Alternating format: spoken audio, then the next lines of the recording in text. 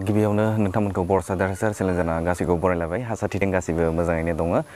नैबे समाव आङो फार्स्ट टाइमनि थाखाय कुइसन एन्सार होनो नागिरदों थांनाय सप्तासे सिगाङाव आङो बिटिआर एकर्डनि सोमोन्दै माखासे बाथ्रा सावरायदोंमोन बेवहाय गोबाङानो माखासे कुइसन सोंदों आरो माखासेया आंजों सापर्ट खालामदों थ' बेखौ गिबि खेबनि थाखाय आं नोंथांमोनजों बे कुइसन एन्सारखौ फरायनो नागिरदों अब्ला मा बियो आरो सोर मा लिरदों बेखौ नोंथांमोना मोनथिना लादों थ' गिबियावनो फार्स्ट जेब्ला आङो बे भिडिअखौ आपल'ड खालामदोंमोन बेनि उनाव बिथां लाकि बर'आ जास्ट थाम्स आप हरदों अर्नब ब्लग्सआ बिथाङाबो थाम्स आप हरदों लावगा बसुमतारिया बिथाङा हरदों योर राइट ब्रादार स्पेस बिथां थाम्स आप हरदों बिथाङा बिदि बुंनानै बेनिफ्राय अनजु गयारि बिथाङा हरदों मोनजाब्ला मोजां मोनजायाब्ला गाज्रि उल्थाले फाल्थाले मायो सालायफोरानो आफ्टार 4 months दासो मेलेमजिबिफ्रा गुदुं सिंनिफ्राय ओंखारफैदों माने बिथाङा उल्थांलाय फाल्थांलाय बाथ्रा बुंदों आरो दा समावसो बै मेलेमजिबिफोरा बाथ्रा बुंनायखौ बिथाङा बुंदों बेनिफ्राय सन्जिब महिलारिया लिरदों गुड निउस लिरदों थेंक इउ बेनिफ्राय सासे लिरदों राबिलाल बसुमतारी बिथाङा लिरदों नों फंबायनि बिबुंथिया फंनैसो फिननाय जाबाय आंखौ फिन होदों बिथाङा बे बुंनायनि बाथ्राखौ लानानै जों सोरबा थामथि हान्जानि पलिटिकेल ट्रापआव गोग्लैनानै दङ आरो मोनसे गुबुन खोथाया जाहैबाय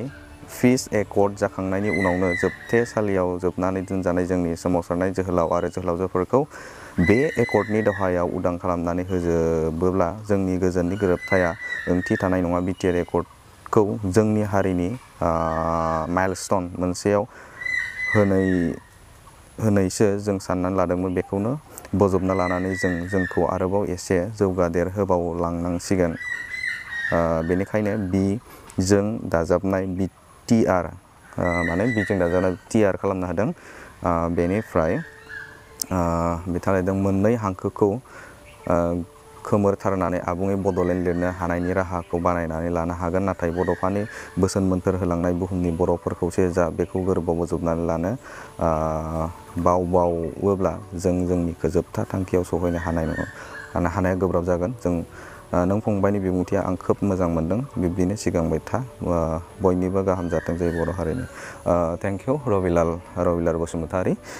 थारैनो बाथ्राया नोंथांनि बुंनाया नंगौ माने जों बेवहाय जे जोंनि थांखि बे आलादा रायजो बड'लेण्ड बे थांखि बियो जुदि फारिखौ नायोब्ला बिएसएनिफ्राय दिनैसिम बिटिआर एकर्ड जादों बैनिसिम फारियै मोजां 1 by 1 स्टेप जानानै जोङो बेवहाय दावखोबोदों बेखौ नोंथांमोना मिथिखागौ गासिबो बुंनो गोनां गैया कंकन बर' बिथाङा योर राइट होदों थेंक इउ बेनिफ्राय लाभ भिअएस बिथाङा होदों you are must welcome because your argument is correct they will play only election for self development those whom do we respect till today नंगौ खायसेया जों पलिटिकेलनि एसे माबाया थाखागोन बेखौथ' बुंनो गोनां गैया थ' थेंक इउ अनिल वारिया लिरदों बिथाङा योर राइट ब्र' थेंक इउ जाथि दैमारि बिथाङा थाम्स आप हरदों नेरसोन बसुमतारिया गुड आदा बरिया होनना लिरदों बिथाङा थेंक इउ राजेन बसुमतारिया लिरदों भेरि गुड आदा थिगखौनो बुंदों बिदि लिरदों बिथाङा थेंक इउ बेनिफ्राय माइथि बसुमतारी माइथि मोसाहारि बिथाङा जोबोर मोजां जाथारदों फंबाय थेंक इउ सानजारां दैमारि एसडि बिथाङा लिरदों योर कारेक्ट लिरदों बिथाङा थेंक इउ आकाश बसुमतारी बिथाङा लिरदों नंगौ आदा थारैनो नोंबायदि गासै जोंनि बर' हारियाव थानायमोनब्ला जोबोद मोजां जासिनबावगौमोन नाथाय जोंनि हारिया मानो बिदि आंबो जोबोर दुखु मोनो थारैनो सैथो ब्र' थेंक इउ गासिबोथ' मोजां गाज्रि बेयो नोंथांनावनो दङ नोंथाङा जुदि गावखौनो बिजिरना नायोब्ला नोंथांनाव बे गुना दङ सोर आंखौ बुंलायनोबो बारा खोथा गैया नोंथाङाबो नोंथांखौ माने फार्स्ट टाइम नोंथांखौ गावखौनो माने मोजां होनानै सुबुंनि मोजां मावनो नाजा थेवब्लाबो आंखौ थेंक इउ बावो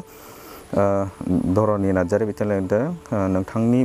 बुंनायफोरा जोबोर मोजां जादों आरो नोंथांनि भिडिअ बानायनाय आइडियाखौबो नायनो खोब मोजां मोनदों जै बर' हारिनि थेंक इउ नोंथाङा लिरनायनि थाखाय धरनि नार्जारि उषा नार्जारि लिरदों you are 100% right bro very good thank you आंनिया 100% जानांगौ बे नङा आं जास्ट माने आंनि सान्थौखौसो आं नोंथांमोनजों शेयार खालामदों निउ जेनेरेशन चेनेला बिथाङा लिरदों राइट ब्र थेंक इउ फिलिमन मोसाहारि बिथाङा लिरदों very good opinion thank you Mahendra Lahary बिथाङा लिरदों BTR एकर्ड आव जेबो गैया बुंग्राया 34 बोसोर सोमावसारनानै सागान होगिरि बिथांमोनखौ असनमान खालामनाय जादों बुंग्राया मावा मावग्राया बुङा खुगाल' होननानै जाना खुगाल' हाननानै जानो रोङि सियाला गोदै फिथाइखौनो गोखै बुङो आरो थारैनो नोंथांनि बुंनायाव जोबोद ओंथि गोनां 34 बोसोर NDBआ सोमावसारबाय आरो बेनिनो मोनसे फिथाइ BTR एकर्डआ जादों थ' बेखौ जों मान होनो रोंनांगोन थ' बेवहाय बाथ्राया जोबोद नोंथांनि बुंनाया ओंथि गोनां दं थेंक इउ बेनिफ्राय मनरन्जन बसुमतारी बिथाङा लिरदों गोजोननाय थाबाय बिदा थेंक इउ फंबाय बेनिफ्राय लिरदों अनिल कुमार ब्रह्म बिथाङा लिरदों good speech brother guide our Bodo' communities how we are should progress our culture heritage how we can show you our Bodoland identity all over the idea also the abroad so thank you so much बिथां अनिल कुमार ब्रह्म गाइडखौ नोंथांमोनाबो होनो हायो आंल' नङा गासिबो गाइडखौ जों होलायनांगोन आरो specially दस जाय बिथांमोना गावखौ बर' होनना सिनायथि होयो बिथांमोना साफ्रोमनिबो सुबुंनावनो बिथांमोना दायित्व दङ बेखौ गाइड होनायाव अनिल कुमार ब्रह्म बिथाङा लिरदों whole Bodo community come unity we hope one day Bodoland state will come through support all Bodoland तो अनिल कुमार ब्रह्म थारैनो बाथ्राया जुदि गासैबो सापर्ट थालायोब्ला सिगांनि समफोरावबो जुदि सोमावसारनायाव जाय बिथांमोना मेलेमजिबि बिथांमोना बा जों बिथांमोनखौ दरजा होदों बिथांमोना नेगेटिभ रल लायालासिनो बै समाव जुदि पजिटिभ रल लानायमोनब्ला निस्सय जोंनि साननाया जे आलादा रायजो बड'लेण्ड सारनाया बे जाफुंसारगौमोन होननानै आंनि बेक्तिगत गोसोनिफ्राय आं सानो बेनिफ्राय एन्टनि बस्क'आ बेजोंनो कमेन्ट्स रिप्लाय हरदों बिथाङा नों बुंनाया नंथारगौ मानोना बे माखासे मानसिफ्रा गावनि लाबखौल' नागिरनानै अमा हालेवखांनायाव सैमाया आगान होनो नागिरनाय सिमां सुजुगासिनो जों पाब्लिकआनो बुजिनांगौ रायजोफोर होननानै बुंदों बिथाङा नंगौ बेवहायथ' बुजिनायाथ' गासिबो गोनांथि नङा होमबा गोनांथिथार बानसाय वारि फंबाय जा बिथांमोना BTR जानायाव जेबो गैया होनदों बिसोरो गोदानै बड'लेण्ड दाबिनाय होफिन मानोना बिसोरो जोंनि थाखायल' खामानि मावग्रा दैदेनगिरिफोरसो थारैनो नंमारगौ सोमावसारनाय बाहागो लायोब्ला गासिबो मोजां थ' बेवहाय बुंनो गोनां जेबो गैया मानोना सोमावसारनायाव गासिबो बाहागो लानांगोन बेनिफ्राय सुकुर सिं बे बिल' लिरना दं माने बिथाङा आइ थिंक भेरि गुड लिरनो नागिरदों खोमा नंगौ सुकुर सिंआ सिगाङाव उनाव लिरफिनदों बिथाङा भेरि फरबल भेरि लिरदों true and good thank you बेनिफ्राय आरो बिथाङाबो बेखौनो मोनसे मोननै मोनथाम लिरदों मोनब्रैयानो जादों बिथाङा मेसेज लिरदों थ' थेंक इउ स' माच एम बर'आ लिरदों आं नोंजोंनो दं आदा राकेश सैथो खोथा थेंक इउ स' माच फंबाय एम बर' नोंथाङा जाखिनि आंजों हेल्प खालामबाय बा थामहिनबा आंजों दङ थेंक इउ स' माच गुबुल हाज'वारि लिरदों very good thank you Jarmila Basumatary बिथाङा लिरदों नों बुंनाय बाथ्राया गासैबो सैथो ब्र नंगौ नोंथां नंथारगौ थेंक इउ स' माच बेवहाय नोंथाङाबो आंजों बाहागिदार जानो हादों राजा बर' बिथाङा लिरदों भेरि गुड लिरदों थेंक इउ रंजास्रां मोसाहारि बिथाङा मोजाङानो नांदों ब्र नोंनि स्पिचखौ थेंक इउ स' माच सापर्ट होनायनि थाखाय रंजास्राङानो लिरबावदों बिथाङा लिरदों भेरि नाइस ब्र थेंक इउ जगेश्वरा इउ राइट ब्र लिरदों थेंक इउ सापर्ट होनायनि थाखाय प्रिथिराज ब्रह्म लिरदों बिथाङा प्रिथिराज ब्रह्म बिथाङा लिरदों 100% राइट थेंक इउ जोंसार बसुमतारी बरिया नोंथां बिथाङा लिरदों मनेन्द्र दैमारि बिथाङा लिरदों welcome brother who are not accept BTR accord they are very selfish or power hungry so Bodo's great intellectual are selfish power hungry and scope hunter दा गासिबो intellectualखौ बुंबा गोरोन्थि जागोन खायसे हरसोनि गेजेराव जाय बिथांमोना माने इन्टेलेक्सुवेल जादों थामहिनबा बिथांमोनखौ रायज्लायनायनि गेजेरजों अखानायै बाथ्रा बुंहोदों दा बिथांमोना खौसो जोङो पावार हांग्रि होननानै बुंनो नागिरगोन फाइनान्सियेल हांग्रि होननानै बुंनो नागिरदों बिथांमोनखौ थ' बेवहाय बारा गासिबो इन्टेलेक्सुवेलफोरा गाज्रि नङा मोजां बेखौ आं बुंनो नागिरदों थ' आर्टिस्ट बसुमतारी बिथाङा लिरदों बिटिआरनि सायाव जों बयबो गोजोननाय आरो गासै एनडिएफबि सोद्रोमाफोरा बे गोरोबथानि उनाव बयबो न'खरनि गोजोन होनोबाबो होनबाय नाथाय बयनिबो बिथा गोलावथार लिरदों गिबि सारियाव सागानगिरि बिथाङा दाबो गावनि न'खरनि गोजोननाय उल्थायाव जाय बिदिब्ला गोरोबथाया बिथांनि उदां जानायनि मोनथाय गैयामोन मानिबा उदां जानायनि सोमावसार बावनो जाखो बेनिखायनो बेनि फिननायखौ हो जों बयबो बुजिहोनो आरो बिटिआर थारैनो नोंथांनि बुंनायखौ आङो बुंदों आर्टिस्ट बसुमतारी बेवहाय बिटिआर एकर्डआ दिनै इमप्लिमेन्टेसन जाथ'वाखै बेनि सिगांनो जुदि गासैबो बाथ्राखौ मिथिनानै जुदि प्रनिता नार्जारी बिथाङा लिरदों वा ब्र नों थाङा थार खोथा बुंदों राइट ब्र राइट जोंनि दुखु दाहाखौ बुजियाखै बिसोर खायसेफोराथ' बिदिनो जासिगोन नङा बुजिनायफोरा बे लेभेलावनो जासिगोन थ' सोमदोन नार्जारी बिथाङा राइट ब्र सैथो बाथ्रा थेंक इउ बड'लेण्डआ बबाव गोमालांखो मानो पाब्लिकखौ थगायामोन बड'लेण्ड मोनाबा जों जिरायना थारैनो नोंथांनि बाथ्राखौ मिनिनोबो ओंखारदों आङो आरो गथ' गोरलैया चक्लेट बिनाय बायदि बाथ्रा नोंथाङा बुंदों थ' बड'लेण्डआ चक्लेट बिनाय बायदि नङा दिल्लीयाव चक्लेट बिहरनाय बायदि नङा बिदि दा बेवहाय आङो नोंथांखौ बुंनो नागिरदों जे नोंथाङा जिखिनि कुइसन सोंदों दा बेनि गेजेराव थांनाय 1993आव सानसुमा खुंगुराबो मोनसे समाव DSL आलादा रायजो बड'लेण्डखौनो बै समाव दाबिदोंमोन अब्ला BSc मानि थाखाय एकर्ड खालामखो अब्ला बबाव थांखो बेलाय हाग्रामा महिलारिया सिलाइ नैबे गुलिखौ अरलायनानै बिथाङा बुंदोंमोन जे आलादा रायजो बड'लेण्ड नांगौ होननानै नाथाय बिथाङा BTC आव मानो थाखाय सिगनेसार होखो अब्लालाय बिथांनावबो सोंनो हायोना बड'लेण्डआ बहा होननानै बिथाङाबोथ' जि स्ल'गान होदोंमोन बै समाव दिनै नैबे थामथि खोन्दोनि जे मुभमेन्ट बे मुभमेन्टआव बे स्ल'गानखौनो होदों दा बड'लेण्डआ बोरो होननानै नोंथाङा कुइसन सोंनाय एन्सारा बेनो थ' नोंथांदों जाखिनि कुइसन सोंदों मोजां जादों मोजां मोनदों गोमबोर खाख्लारिया लिरदों सैथो थेंक इउ मनिराम मुसाहारि बिथाङा लिरदों बिसोर मेलेमजिबि नङा अमेलेमजिबिफोरसो अमेलेमजिबिफोरसो जानांगौ बिसोर गावसोरखौनो लाजिनाय मोनदों खाबु फलान दैदेनगिरिफ्रा जौसे थार बाथ्राखौ बुंदों थेंक इउ गासैबो मेलेमजिबिखौ बुंनो हाया खायसेफोर थायो सुक्राराम दैमारि सैमा सोंनाया अरनो रोङा अखा खोरोमनाया हानो रोङा सम आरो सोलायनायनि सम बे खौसे आगान सुरनायनि your statement is very valuable for our Bodo' community thank you बाथ्रानि फाव दंखायो सैमा सोंनाया अरनो रोङा अखा हानाया खोरोमनाया हानो रोङा बे बाथ्राया थारैनो नंमारगौ बे इन्टेलेक्सुवेलफोरा जाखिनि बाथ्रा बुंदों बेखौ सोरनिबा फर्स खालामनानै बुंनाय बायदिसो जोङो मोनो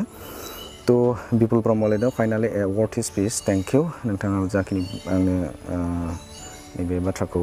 बुंनायनि थाखाय हाजारखि बुङा हाजारखि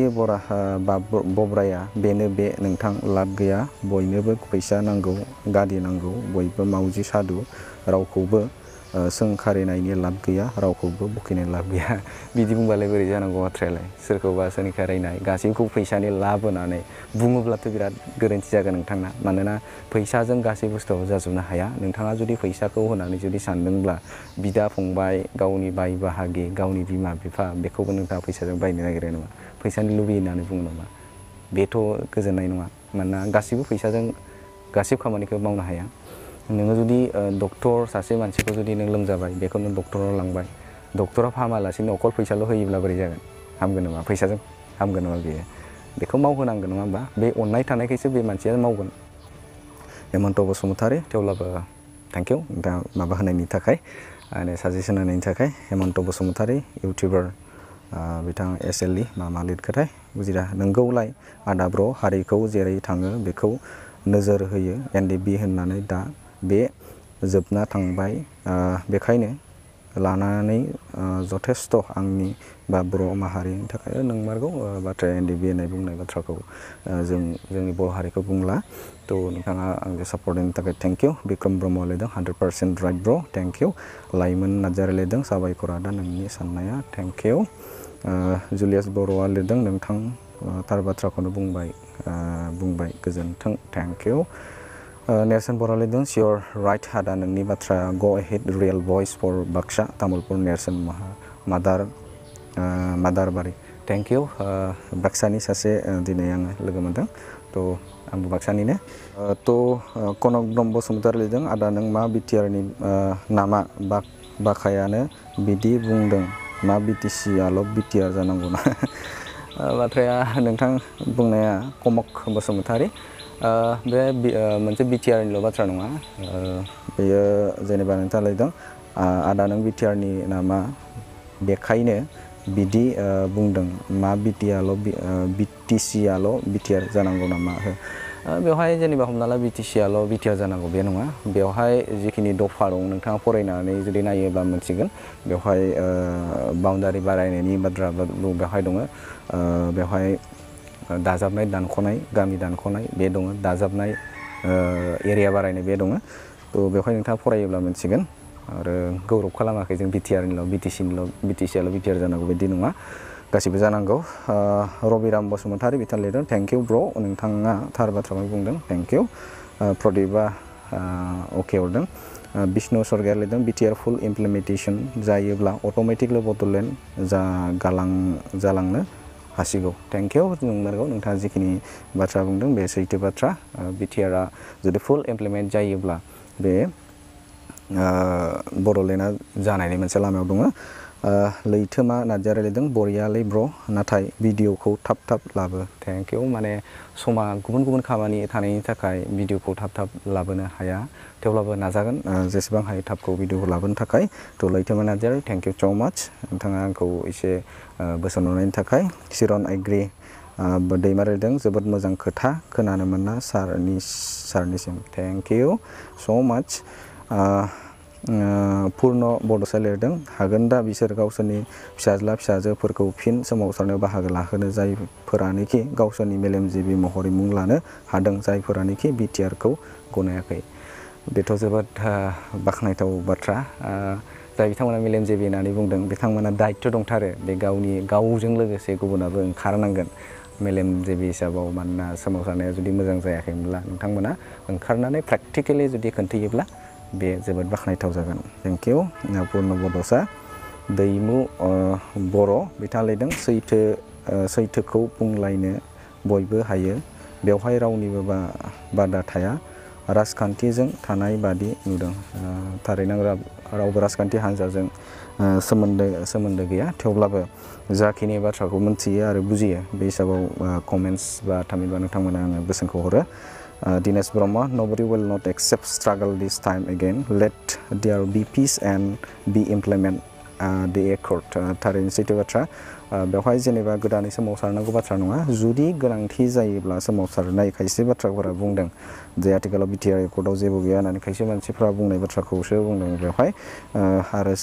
दा बेवहाय जेनेबा सोमावसारफिननो हानायबो जोंहा परिस्थितियाव गैया बर' माहारिया थ' नोंथाङा थिगखौनो बुजिदों दिनेश ब्रह्म बिथाङा लिरदों right your advice brother thank you फिमेस ब्रह्म बिथाङा लिरदों राइट लिरदों थेंक इउ राखि हाज'रे लिरदों जोबोद मोजां जादों थेंक इउ रिंखां बसुमतारी लिरदों कंग्रेचुलेसन सा थेंक इउ सिमांसा नार्जारि लिरदों भेरि गुड ब्र थेंक इउ जाय ब्र लिरदों 3 लिरदों बिथां बिटिआर एकर्ड बेस्ट फिथाइ अल बड' आइथिं माने थामथि खोन्दोनि जे बिटिआर एकर्ड बियो फिथाइया मोजां होननानै बिथाङा बुंदों थ' थारैनो थार बाथ्रा सिन्ता बसुमतारी लिरदों बेनोलै दैमालु बारनाय साव दैमालु बिरनाय साव बे सावनि बाथ्राखौ बुंदों माबोरैबा साव नुखो बिथाङा आं बुजिदिया अनसाय गयारि लिरदों गुड थेंक इउ इउ पिपल जिन्दाबाद बेयाव इउ पिपलनि बाथ्रा गैया थेवब्लाबो नोंथांनि बुंनायखौ आं गनायदों। जन बसुमतारी लिरदों थेंक्स लिरदों थेंक इउ। गेरेमसा ब्रह्म लिरदों राइट ब्र थेंक इउ। मिथिसार दैमारि लिरदों you are right brother thanks thank you. आबेलि वी आर हप बसुमतारी बिथाङा लिरदों गुड मर्निं फंबाय भेरि सिरियासलि स्पिच होनायनि थाखाय दिनै मिर डिरेन ग्रुपनि मानसिफोरा हारिखौ आरो बेले बेजे खालामनो फिननो नागिरबावदों बिसोर आरो दिनै केदारनि मानसिफोरा बिथां प्रमद बर'खौ बे बाथ्रायाथ' नोंथाङाबो मिथिगौ गासिबो बुजिलायदो बेवहाय आं बुंनो गोनां गैया मानोना थारैनो सोर मोजां मावदों सोर गाज्रि मावदों नोंहा जुदि माइन्ड केपासिटि गासिबाबो जुदि माइन्ड केपासिटि थायोब्ला जों थारखौ मोनथिनो हागोन। Good speech brother thank you. मेराडना बसुमतारी लिरनाय बे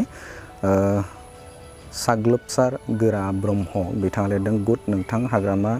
नांगोल BPF खौ फेजेनथारनांगौ रायजोफोर नांगोल BPF खौ नांला जोंनो 17 बोसोर BPF नि लिडारफोरा गोबां धोन सम्पति रां रुफा गोलावथार लिरदों बेखौ आङो जास्ट माने बिथांनि बुंनायनि जे बाथ्राखौ आं एसे साननानै मिन्थिदों दे बिथाङा नैबे माने नांगोलखौ माने 17 years BPF आ जे खामानि मावनाय बेनि बाथ्राखौ बिथाङा मख'दों आरो लोगोसेनो बिथाङा जे फैबाय थानाय समाव सरकारखौ सोलायनांगौ होननानै बिथाङा सानदों थ' थेंक इउ नोंथांनि साननाया बायदिनो जाथों। बिनेश ब्रह्म बिथाङा लिरदों your right speech thank you. SK Sargiary लिरदों very good speech thank you. Hemant Narzary लिरदों नोंगौ दिनै बिसोर मानो जेबो गैया बुंदों आरो मानो बे एकर्डखौ फाइनाल बुंखो आलादा रायजोखौ मोननायनि लामा गैया बुंखो गेजेराव NDB आसो सिलाइजों सोमावसारनाय सारेन्डार जादों फाइनाल एकर्ड खालामदों आरो सोरबा एबसुआ बुंदों रायजो नांला होननानै फैयाखै नाथाय जोंनि हारिनि गोरों गोराफ्रा बिदि बुंखो गासैबो रंजानो फानना लाबाय गावखौ गासैबो पलिटिक्स गेलेयो जोंनि हारिया UPPL दंदोंना बिथाङा जेनेबा BTR एकर्डखौ जेबो गैया खायसे बुंनाय बाथ्राखौ बिथाङा मख'दों। NDB आ सिलाइजों सोमावसारनायखौ सारेन्डार जादों फाइनाल एकर्ड खालामदों आरो सोरबा एबसुजोंनो रायजो नांला होननानै फैयाखै नाथाय बेवहाय जेनेबा एबसुआ रायजो नांनानै बा नांला होननानै फैयाखै बिदिबायदि खायसे बाथ्रा बुंदों मेलेमजिबिफोरा बे बाथ्राखौ नोंथाङा बुंदों थ' बुजिदों नोंथांनि बाथ्राखौ थेंक इउ। रुपेन बसुमतारी नोंथांनियाबो बाथ्राया थार थेंक इउ। राजगुवा माने GHY गुवाहाटि जागोन बे राजगुवाहाटि बुंदों इलेक्शन टाइमाव some people would come out from nowhere and try to act like pundit and give destructive criticize for their vested interest and evil design. So one needs to be humble review like this would definitely help to create a common public. बाथ्रायाथ' इलेक्शननि बाथ्रा गासिबावबो जायो बेनिखायनो आं बुंनाय बाथ्राया जे election जोबखांनायनि उनावसो मेलेमजिबिफोरा बाहागो ला होननानै बुंनाय बाथ्राया आङो माने दा BTR एकर्डखौ XYZ होननानै बुंनो गोनां खुनु प्रयजन गैया माने एकर्ड जाबाय 34 बोसोर स्ट्रागल खालामनानै 10 बोसोर स्ट्रागल खालामनानै मोनसे मोनदों बर' रायजोआ स्ट्रागल खालामनानै मोननाय मोनसे एकर्ड बे एकर्डखौ दा इलेक्शन टाइमावल' मोजां गाज्रि बुंनाय खुनु बाथ्रा गैया इलेक्शन जाखांहो बेनि उनाव जिखुनु स्टेप लानोबा ला। FB चेनेल मोजां बोसोन बिदिनो मोजां टपिक लाबोबाय था ब्र थेंक इउ। खोरोम नार्जारि राइट ब्र थेंक इउ। गेरेमसा बसुमतारी सैथो खोथा बुंबाय आदा नों I salute you thank you सो माच ब्र cinematography your right brother your speech is appreciated thank you. Niranjan Boro' लिरदों very good dialogue thank you. Mahendra Sargiary लिरदों I am very grateful by your valuable speech carry on thank you सो माच बिदिनो अनसायबाय था। कबिलाल ब्रह्म चौधुरी लिरदों very painful video against the selfish intellectual नोंमारगौ जुदि बुजिनो रोङो painful।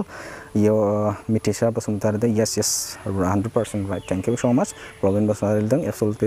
absolutely 100% right sir thank you सो माच।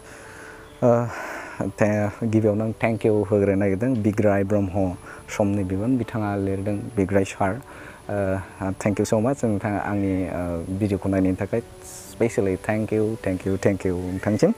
थारैनो फंबाय आंनि गोसोनि साननाय आं बुंनो हायै माखासे खोथा आरो मेथाइनि गेजेरजों फोरमायनो हायै बाथ्राफोरखौ नों दिनै बुंजोब्बाय नों फंबाय जोबोद गोजोननाय आरो मोजां मोननायखौ बावहरनाय जाबाय। थेंक इउ स' माच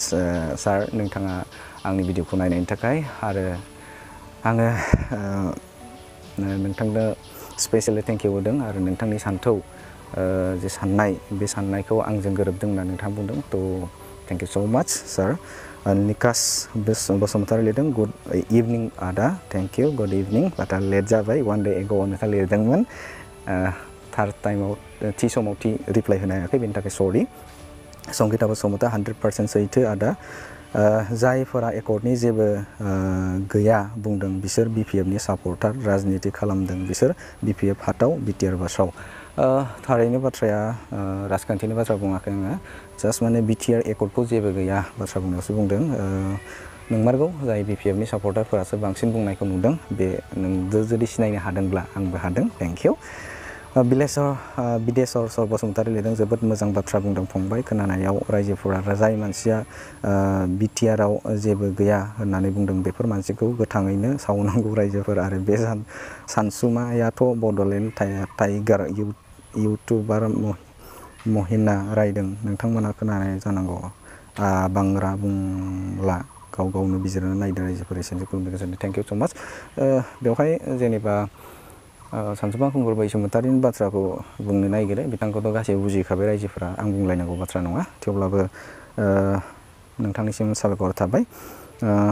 टेंसन बसुमतारी बड' बिथाङा लिरदों जेबो गैयाब्ला मानोथो जों पाब्लिकखौ क'क्राझार डिस्ट्रिक्टआव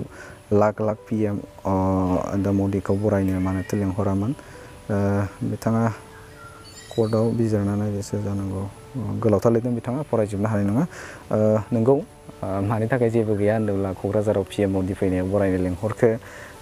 बेथ' बिदा साननो गोनां नङा होमबा। थ' लेंहरनाङामोन जुदि जेबो गैयामोनब्ला, मानोथो होंगो दोंगो गारि लांनायाव कम्पिटिसन जालायनाय, बे बाथ्राखौ सों नोंथांमोना, जाय खाथियाव गैया होनना बुंदों बिथांमोननाव सोंबानो जाबाय। शंकर ब्रह्म मा लुबैदों बड'लेण्डआवबो हेंथा BTRआवबो हेंथा। नोंगौ, थार बाथ्रा। बेयाव बड'लेण्ड बिनायावबो हेंथा खालामदों सोमावसारनायाव, आरो BTRआवबो दा हेंथा जादों। अब्ला बिथांमोना मा नांगोन होनबा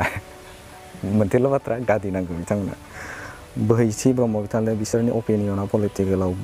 पलिटिकेलसो बन्दु, बेखौ पाब्लिकफ्रा बुजिखाबाय। थेंक इउ बुजिनायनि थाखाय।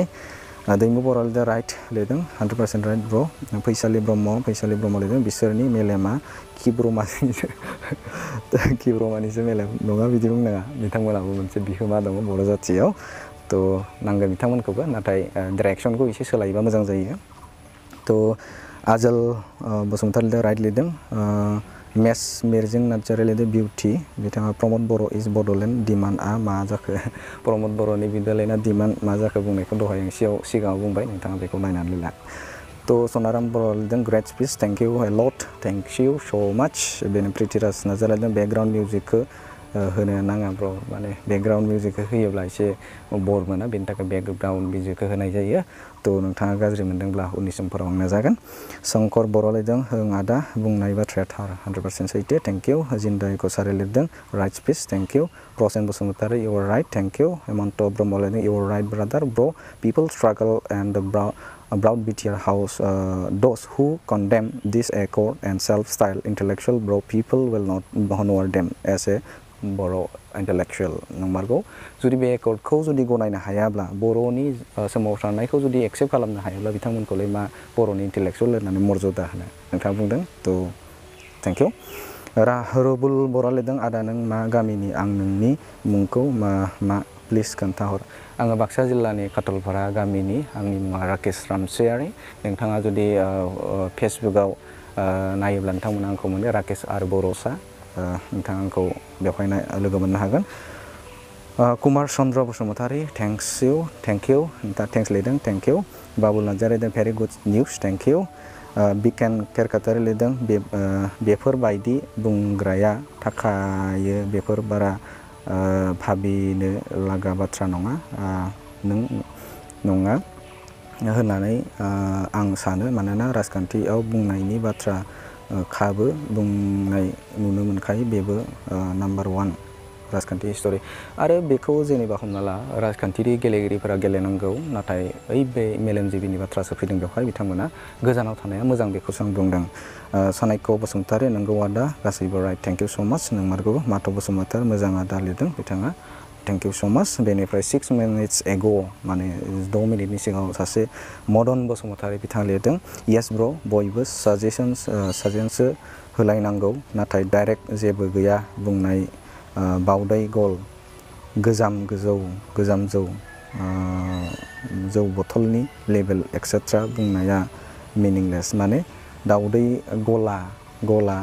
गोजाम जौ बथलनि लेबेल होनना बुंनाया मोजां नङा होननानै बिथाङा बुंदों आरो मिनिंलेस होननानै बुंदों। थारैनो बाथ्राया नंमारगौ जों बेखौ एकर्डआव जेबो गैया मा गैया होननानै बुंनाया जोंनि थाखाय दा समाव नङा आरो मानोना जेबोआनो सम जायाखै दाबो जुदि जानुवारिनिफ्राय नायोबा दिनैसिम आगस्टहालागै 7 दानखौ हमना ला 7 दानखौ जाबाय दा नाथाय मा कर'ना भाइरासनि थाखाय गोबां गासिबावबो जिहेते मोनसे भाइरास साग्लोबसारदों बे समाव जोंलाय मा जोंनिल' नङा गासैबो बेवहाय खामानि मावनो हायाखै अब्ला बे बेलायाव माबायदि बेखौ इमप्लिमेन्टेसन खालामगोन बेसो बाथ्राया आरो गोबां सम दं बे समाव प्रेसारनि गेजेरजों बेखौ खामानि मावफुंनायाव जों मदद होनांगौ आरो गोबां इन्टेलेक्सुयेलफोरा बुंनाय बाथ्राखौसो आं दिनै मख'दोंमोन थ' लोगोफोर नोंथांमोनजों आङो नोंथांमोननि जे कमेन्टस बाथ्रा बुंनाय बेखौ आङो नोंथांमोननो फोरमायबाय अनलि इउटिउबनिल' नाथाय फेसबुक पेज बड'सा देरहासार फेसबुक पेजाव नि जे बुंनाय बाथ्राफोरखौ आं नोंथांमोनजों फरायनो खोन्थायाखै जाय बिथांमोना आंजों आंगो बिथांमोना इउटिउब चेनेलखौ नायो बिथांमोननि आं फिनखौल' नोंथांमोननो होनाय जाबाय। थ' जोबोद गोजोननाय मोन्दों नोंथांमोना आंजों कमेन्ट साजेसन हरदों बेनि थाखाय उननि समफोराव नोंथांमोनखौ लोगो मोनगोन बेखौ मिजिंथिदों लोगोसेनो गासैखौबो आंनि गोसो गोरबोनिफ्राय नोंथांमोनखौ जाय बिथांमोना आंखौ साजेसन हरबाय जाय बिथांमोना आंनो बोसोन हरबाय आंजों शेयार खालामबाय नोंथांमोनखौ आं गोसो गोरबोनिफ्राय खुलुमनाय थाबाय आरो उननि भिडिअ'आव नोंथांमोनखौ लोगो मोनगोन मिजिंथिबाय गोजोन्थों।